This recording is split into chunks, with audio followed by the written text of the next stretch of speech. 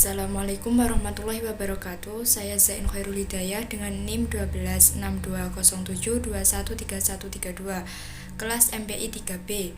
Di sini saya akan menjawab soal UAS mata kuliah Manajemen Peserta Didik. Nomor 1. A. Manajemen peserta didik merupakan serangkaian kegiatan atau aktivitas yang diusahakan oleh lembaga yang ada kaitannya dengan peserta didik untuk memenuhi kebutuhan akademik mereka, mulai dari masuk hingga tamat dari lembaga tersebut. Kemudian B, tujuan manajemen peserta didik adalah untuk mengatur kegiatan-kegiatan peserta didik agar kegiatan tersebut menunjang proses pembelajaran di sekolah agar berjalan lancar, tertib, dan teratur sehingga tercapainya tujuan pembelajaran yang efektif dan efisien. Kemudian C, ruang lingkup manajemen peserta didik diantaranya perencanaan, penerimaan, pengelompokan, pembinaan disiplin, ekstrakurikuler, OSIS, evaluasi kegiatan, perpindahan, naik kelas, penjurusan, kelulusan, dan yang terakhir alumni. Kemudian D, pentingnya mata kuliah manajemen peserta didik adalah manajemen peserta didik pada lembaga pendidikan sangat penting karena yang menjadi input, proses, dan output pendidikan peserta didik yang akan terciptanya perencanaan pendidikan yang merata, bermutu, relevan, dan akuntabel, meningkatkannya citra positif pendidikan. Nomor 2. A. Konsep dasar dalam manajemen peserta didik adalah manajemen peserta didik merupakan suatu layanan yang memusatkan perhatian kepada pengaturan, pengawasan, dan layanan khusus siswa baik di kelas maupun di luar kelas. B. Fungsi manajemen peserta didik diantaranya 1. Perkembangan individualitas peserta didik. 2. Pengembangan fungsi sosial peserta didik. 3. Penyaluran aspirasi dan harapan peserta didik. Yang keempat, pemenuhan kebutuhan dan kesejahteraan peserta didik. Kemudian C, prinsip-prinsip manajemen peserta didik adalah penyelenggaraan harus mengacu pada peraturan yang berlaku, mendukung terhadap tujuan manajemen sekolah secara keseluruhan.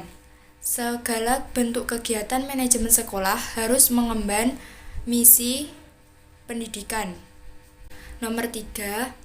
A. Perencanaan peserta didik merupakan suatu kegiatan yang bermaksud untuk mengumpulkan informasi mengenai anak usia sekolah di suatu daerah atau wilayah tertentu berdasarkan data, yang kemudian hasil sensus tersebut dapat dipergunakan untuk merencanakan layanan kepada peserta didik.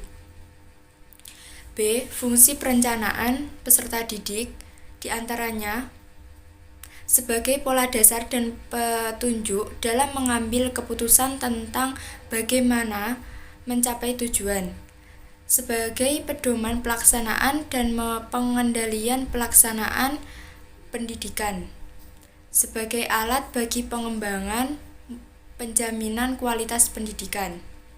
Kemudian C. Penentuan jumlah meliputi daya tampung kelas atau jumlah kelas yang tersedia, rasio murid dan guru, peraturan pemerintah nomor 78 tahun 2008 tentang guru. D. Rekrutmen pada hakikatnya adalah proses pencarian, menentukan peserta didik yang nantinya akan menjadi peserta didik di lembaga sekolah yang bersangkutan. E. Seleksi diantaranya melalui tes atau ujian, melalui penelusuran bakat kemampuan berdasarkan nilai UAN pada sekolah dasar. Penentuan calon yang diterima selain memenuhi persyaratan lebih banyak terikat pada daya tampung kelas. F. Penerimaan meliputi kebijakan penerimaan peserta didik baru, kriteria penerimaan peserta didik baru, prosedur penerimaan peserta didik baru, pembentukan panitia peserta didik baru, rapat penerimaan peserta didik baru, pembuatan, pengiriman, pemasangan undangan peserta didik baru, pendaftaran calon peserta didik baru, seleksi calon peserta didik baru, penentuan pendaftaran ulang. Nomor 4, A. Sistem promosi umumnya dilakukan pada sekolah yang pendaftarannya kurang dari jatah atau daya tampung yang ditentukan. Sistem promosi sendiri merupakan penerimaan peserta didik yang sebelumnya tanpa menggunakan seleksi terlebih dahulu. Artinya mereka diterima begitu saja sehingga mereka yang mendaftar menjadi peserta didik tidak ada yang ditolak. B. Sistem seleksi merupakan sistem yang digolongkan menjadi 3 macam, yaitu berdasarkan daftar nilai EPTA murni atau DANEM, yang kedua penelusuran minat dan kemampuan, dan yang terakhir berdasarkan hasil tes masuk. C. Sistem zonasi merupakan pembagian wilayah ke dalam beberapa zona. Sedangkan dalam pendidikan, khususnya pada penerimaan peserta didik baru tahun 2017-2018, sistem zonasi yaitu suatu sistem pembagian zona sekolah yang mengedepankan jarak antara sekolah dengan rumah. Sistem zonasi ini mewajibkan sekolah menerima calon peserta didik yang berdomisili pada radius zona terdekat dari sekolah paling sedikit 90% dari total jumlah keseluruhan peserta didik yang diterima. Nomor 5 yaitu A. Berdasarkan kemampuan. 1. Kemampuan siswa dalam setiap pelajaran tidak sama. 2. Pengelompokan kemampuan siswa dapat berubah sewaktu-waktu dan berubah-ubah untuk setiap mata pelajaran, bahkan untuk suatu konsep tertentu. Yang ketiga, guru dapat memotivasi dan menjelaskan materi pada saat yang bersamaan. B. Berdasarkan kegiatan. 1. Pada proses belajar dengan jenis pengelompokannya berdasarkan kebutuhan saja. Yang kedua, pada saat pengelompokan bisa saja berubah-ubah kapan saja anggota kelompok. Bisa tidak sama di mana tujuan akhirnya adalah ke pekerjaan yang ditugaskan. Yang ketiga, dalam tugas kelompok, siswa akan belajar menjadi seorang pemimpin, anggota kelompok yang baik, bagaimana harus mendengarkan pendapat temannya, memberikan usulan, dan sebagainya. Kemudian C. Berdasarkan sosial emosional. 1. Tidak semua peserta didik memiliki kematangan emosi yang sama. Sifatnya pun berbeda pula. Untuk membantu sosial emosional siswa, guru dapat mengelompokkan mereka dengan melihat karakter yang ada. Yang kedua, kegiatan yang diberikan dapat berupa kegiatan apa saja. Yang ketiga, banyak orang melupakan perkembangan sosial emosional siswa, padahal ini akan sangat berpengaruh terhadap learning style siswa bersangkutan. Nomor 6, A. Kehadiran dan ketidakhadiran peserta didik ditinjau dari pendekatan kehadiran dan ketidakhadiran adalah: 1. Pendekatan kehadiran dilihat dari beberapa aspek yang terdiri dari perbaikan lingkungan rumah, perbaikan kondisi sekolah, perbaikan terhadap peserta didik, dan perbaikan terhadap kondisi masyarakat.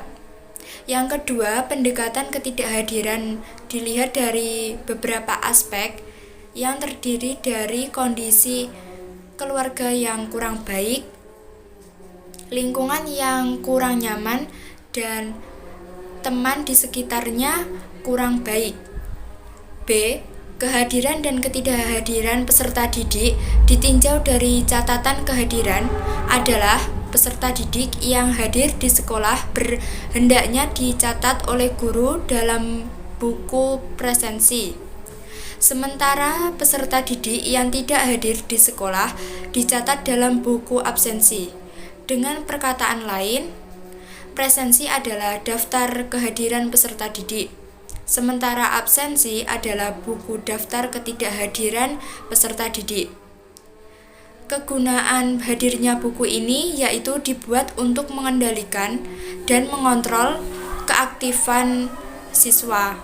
Dengan adanya pencatatan, guru akan mengetahui bagaimana keadaan keaktifan peserta didik tersebut di dalam sekolah. C. Kehadiran dan ketidakhadiran peserta didik ditinjau dari faktor kehadiran adalah 1. Dari dalam diri sendiri, yaitu faktor ini lebih kepada kemauan siswa atau peserta didik dan kesadaran akan kebutuhan terhadap ilmu. Faktor ini merupakan faktor utama tercapainya hasil yang baik dalam belajar, terlebih jika pelajaran tersebut disukai oleh siswa atau peserta didik tersebut. Yang kedua, dari di luar diri sendiri, yaitu melingkupi banyak hal seperti lingkungan belajar yang nyaman, guru atau pengajar dalam pelajaran yang menyenangkan, pembelajaran yang menyenangkan, jarak sekolah atau lembaga pendidikan yang dekat. D. Kehadiran dan ketidakhadiran peserta didik ditinjau dari jenis ketidakhadiran adalah 1. Alpha, yaitu ketidakhadiran tanpa keterangan yang jelas dengan alasan yang tidak bisa dipertanggungjawabkan. 2. Izin, ketidakhadiran dengan keterangan dan alasan tertentu yang bisa dipertanggungjawabkan, biasanya disertai surat pemberitahuan dari orang tua. Yang ketiga, sakit, ketidakhadiran dengan alasan gangguan kesehatan, biasanya disertai surat pemberitahuan dari orang tua atau surat keterangan sakit dari dokter. Nomor 7. A. Disiplin kelas adalah keadaan tertib dalam satu kelas yang di dalamnya tergabung antara guru dan siswa yang taat kepada tata tertib yang telah ditetapkan. Kelas akan menciptakan suasana tertib dan teratur akan tetapi penuh dengan dinamika dalam melaksanaan program pembelajaran. B. Teknik pembinaan diantaranya 1. External control. Teknik ini adalah teknik pembinaan disiplin peserta didik di mana peserta didik haruslah dikendalikan dari luar peserta didik. Dengan adanya teknik ini, peserta didik harus terus-menerus didisiplinkan dan kalau perlu ditakuti dengan ancaman dan ganjaran. Yang kedua, internal control. Teknik ini adalah teknik pembinaan disiplin dengan mengupayakan peserta didik dapat mendisiplinkan diri sendiri. Peserta didik disadarkan akan pentingnya disiplin. Yang ketiga, kooperatif kontrol. Teknik ini adalah teknik pembinaan disiplin di mana antara pendidik dan peserta didik terjalin saling bekerja sama dengan baik dalam menegakkan disiplin. Nomor 8, yaitu A. Berdasarkan kemampuan.